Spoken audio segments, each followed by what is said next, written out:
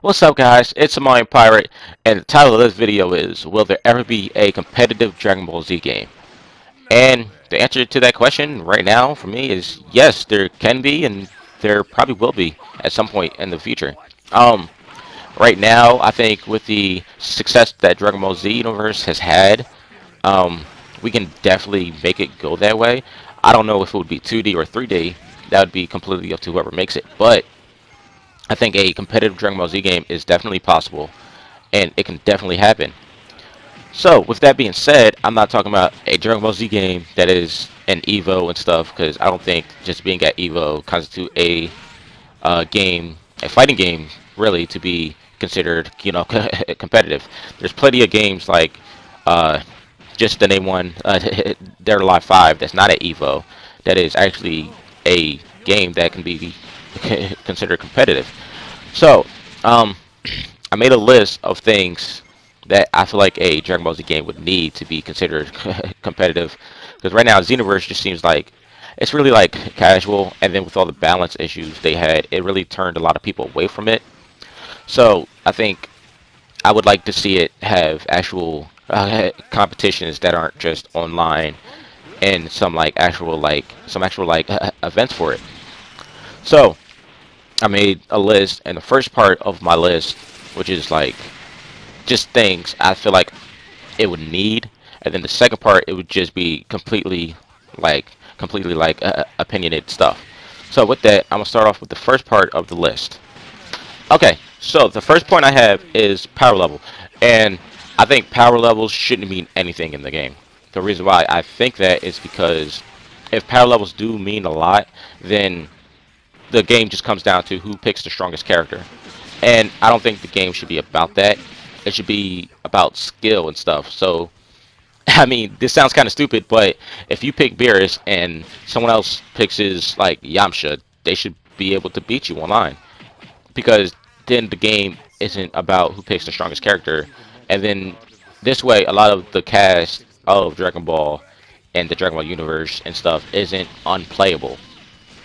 So, I think that plays a big part in it. And, I understand it. I would like it to be that way. So, no more, no more power levels. Let's not do that. Another thing I have is transformations. I think transformations shouldn't give you a huge boost because then if they do, some of the people with a lot of them would just wreck the game. Because then I think he has like 7 now, something along those lines. But he has a lot of them, and with that, he would just be the strongest character in the game. If for every time he did, he gets a boost. Even if it's like 3%. If you take 3 and you multiply it by every one he has, he's going to end up with at least 15% boost on top of every character, especially characters that don't have any. So I think transformations shouldn't give you a huge boost. Um, the next point I have is diverse playstyle between characters. If you look at a game which is considered one of the best Dragon Ball Z games, is Budokai Tenkaichi 3. With that game, they had a huge roster, but a lot of the characters played a lot. If you would take a second and be honest, you can pick up that game and be pretty much good with anybody. As long as you were skilled at the game, you can be good with anybody. Um, so there wasn't really like a learning curve for a certain character. You didn't have to learn his moves. You didn't have to really learn much because it was all pretty much the same. So I think they should definitely switch that up, and characters should have their own play styles and they should do their own thing instead of a lot of the cast being similar. The next thing is no rush mood. This comes from Budokai 3. Budokai 3, if you did your special, they would have like a cutscene, and whoever's bar was higher at the end of it would have the special, or they would counter it. I think it shouldn't be about that. It should just be if my special hits you, it hits you. It should be about just not getting hit by it, which is a lot more enjoyable for the game, and a lot of people seem to like that more.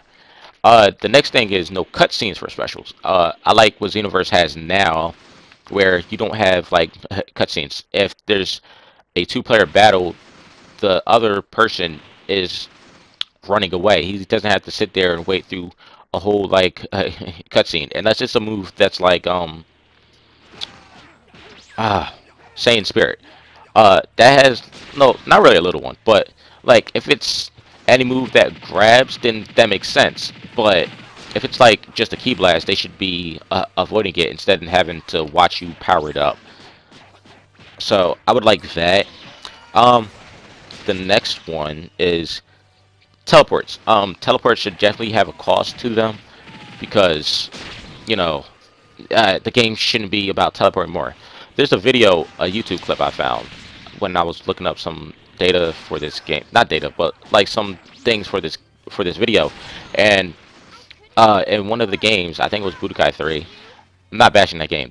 That game's great. But with that, I believe during the fight, it was just about who would like teleport more, and it wasn't really about. Well, I mean, I guess it took some skill to do it, but it was just constant like teleporting, no combos really going on and stuff. So I would like to see a cost for doing it, and uh, yeah, there should definitely be limits on it. Um, so the next point I have is the Dragon Ball Z community. You guys, if you guys want to see a competitive Dragon Ball Z game, let it be known. Let it. I mean, I don't know how. I guess we'd have to get behind like a YouTuber. I choose rhyme style, but you know, let it be known that we want to go that route. That we want a Dragon Ball Z game to be like this, to be online, to have like good like events and stuff. I think that's something that we can get behind if we want it. I know I do. I would definitely support it and have this community grow as a whole. That's something we should all do. But and yeah, that's pretty much it for what I feel like a Dragon Ball Z game needs. Well, also another side note thing is creative movesets. This comes down to, well, I don't know. What I mean by this is if you see Budokai 3, again, not bashing the game, I love the game, but to do like Spirit Ball or something, you would have to input a certain combo to do it instead of like actually just pressing the button for that move. You would have to do certain punches and kicks before that. So, you know, creative movesets. My last point. Other than that, I'm gonna get into some things that I feel as though a game should need.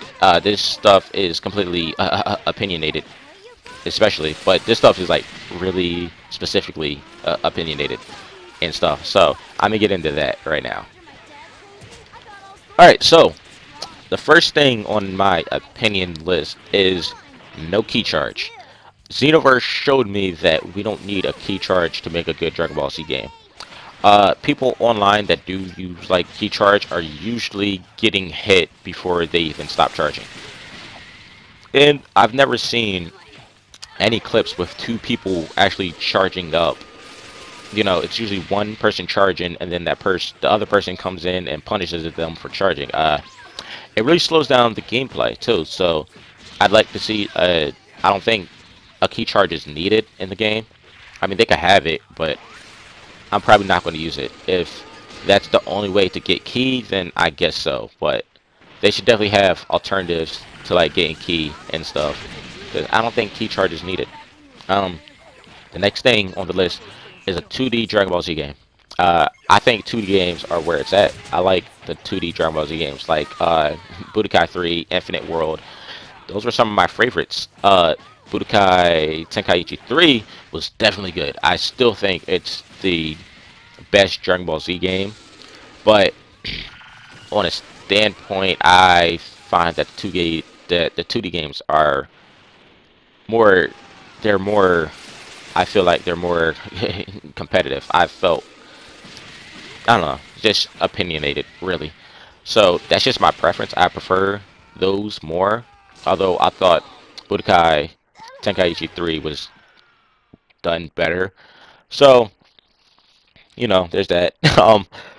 The next thing on the list was no created characters. I don't think we need created characters. Xenoverse showed that it's really hard to balance them because people are going to continue to like exploit stuff and you know that. So yeah, I don't think that's needed. I would like to just have a game where we're playing with the cast, because I think that's where the actual like competition is at, and it really makes the playing field more even. But that's really up to them. That's just something that I think, how I feel. Um, Next thing is the special moves. So I think with the way that fighting games have been, some of them have had like bars. So I'm take Mortal Kombat X. Uh, if you use a special move, let's say Scorpion Spear, you can EX it with your meter to do more to it. I think Dragon Ball Z should kind of be the same way. So if I'm with Goku and I'm going Kamehameha, while I'm charging it up, if I opt to use more ki, I can teleport in front of them and use it. You see what I'm trying to say, what I'm trying to get there. We should be able to like use more ki to enhance our special moves. So like Kamehameha and all that. Not ultimate moves. Ultimate moves should just be done the way they are. But I think special moves, that should definitely be an option.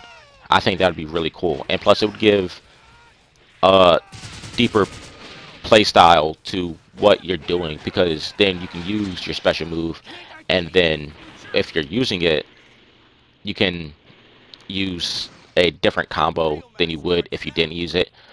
Something like that. It would just add for a deeper a deeper gameplay element to the game. Um, the next thing, which I believe is the final thing, is ultimates. Um, I feel as though they should only be done towards the end of the match, because I don't think anyone has ever gone out to a Dragon Ball Z game, or I mean Dragon Ball Z fight in Dragon Ball Z and spam Spirit Bomb in the first 22 seconds. I don't know. I just feel as though that if they go this route, that ultimate should be used at the end, or for like an ending cutscene to really, when you already won the match. I don't know. It sounds like stupid, but it's something that I prefer.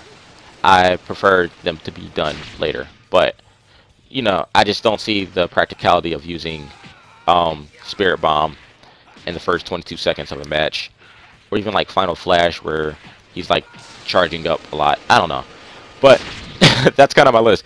The last point was kind of bad, but I'm gonna just go with it anyway because that's just something I feel. So let me know what you guys think, and let's get to talking about this. Let's talk about a Dragon Ball Z game that is going to be competitive and that's going to be online and have like events and stuff. And with that, that's pretty much all I got for you guys. So you should comment down below. Let me know what you think. Let me know if you agree with me or not. But you know, yeah, let's get talking about this, because if we don't talk about it, it might not ever happen. So I think it could happen if we get to talking about it, and plus with how games have been now, because Xenoverse was very good. It can definitely be an option for us in the future. So I think that's something we should definitely look forward to. And other than that, that's all I got for you guys. So I'll talk to you guys later. It's Somalian Pirate signing out. Peace.